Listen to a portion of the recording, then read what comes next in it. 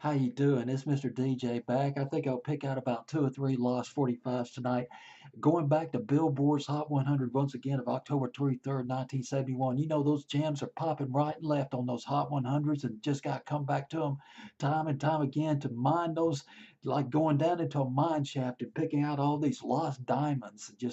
Well, lost diamonds, that's not really a good word. Well, lost 45s, digging out those old 45s, those moldy old 45s that fall apart in your hands. But Jim's just the same. October 23rd, 1971. Boy, we got some great soul music. And let's go ahead, let's get it in there right now. I Like What You Give by Nolan Porter. Nolan Porter at number 78 on Billboard's Hot 100. Nolan Porter's from Los Angeles. He is from Los Angeles, a singer, he was a songwriter, put out two albums, six singles. One of his first singles, actually, his first single was called Crazy Love, which was a cover. It was done originally by Van Morrison. He's best known for a record called Keep On Keeping On, a very obscure record here in America, but really popular on the British Northern Soul scene. And his first album was called No Apologies. It came out in 1970, 1971. He covered songs by Booker T and the MGs, and Steve Cropper. I mean, he's mining the Stax record label right there. He also covered a record or two by Randy Newman. The rest of them were originals. The backing musicians on that album, No Apologies, was former members of Frank Zappa's Mothers of Invention. So we're talking about some major talent that went into this album. His second album was called Nolan in 1972. Now here's the deal. I don't know which album this song came out of. I Like What You Give. I couldn't find the title. I couldn't find the title. I couldn't find the track listings of the albums.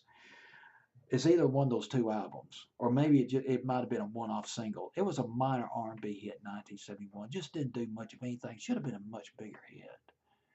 Should have been top 40, top 30. But you know, a lot of songs they go by the wayside, time and time again. The flip side to this record was a live version of a record he did, Nolan Porter, called Somebody's Crying. The live version of Crying, the B side, was recorded at the Trub, the legendary Troubadour in Los Angeles. If you're from California, if you're from Southern California, if you're from Los Angeles, you know all about the Trub. They're almost as big as the Whiskey a Go Go, the iconic nightclubs, the singing places. Elton John, Don McLean, Smothers Brothers had performed at the Trub, or Trube rather. John Lennon got thrown out of the Trube one time with Harry Nilsson for heckling the Smothers Brothers in 1974. It's a legendary place, I'm telling you. Nolan Porter, he played there as well.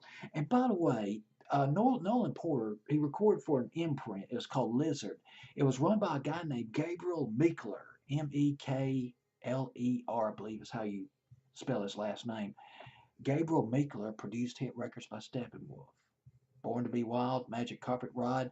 He recorded some of the early hits by Three Dog Night, Celebrate, Eli's Coming, was written by Lauren Nero, and Easy to Be Hard.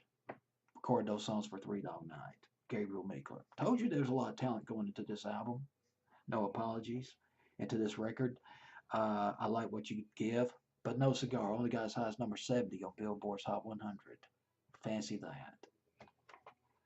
On Billboard's Hot 100 for 8 weeks, 2 months, from 83 to number 78 the week of October 23rd, 1971. Nolan Porter, I Like What You Give.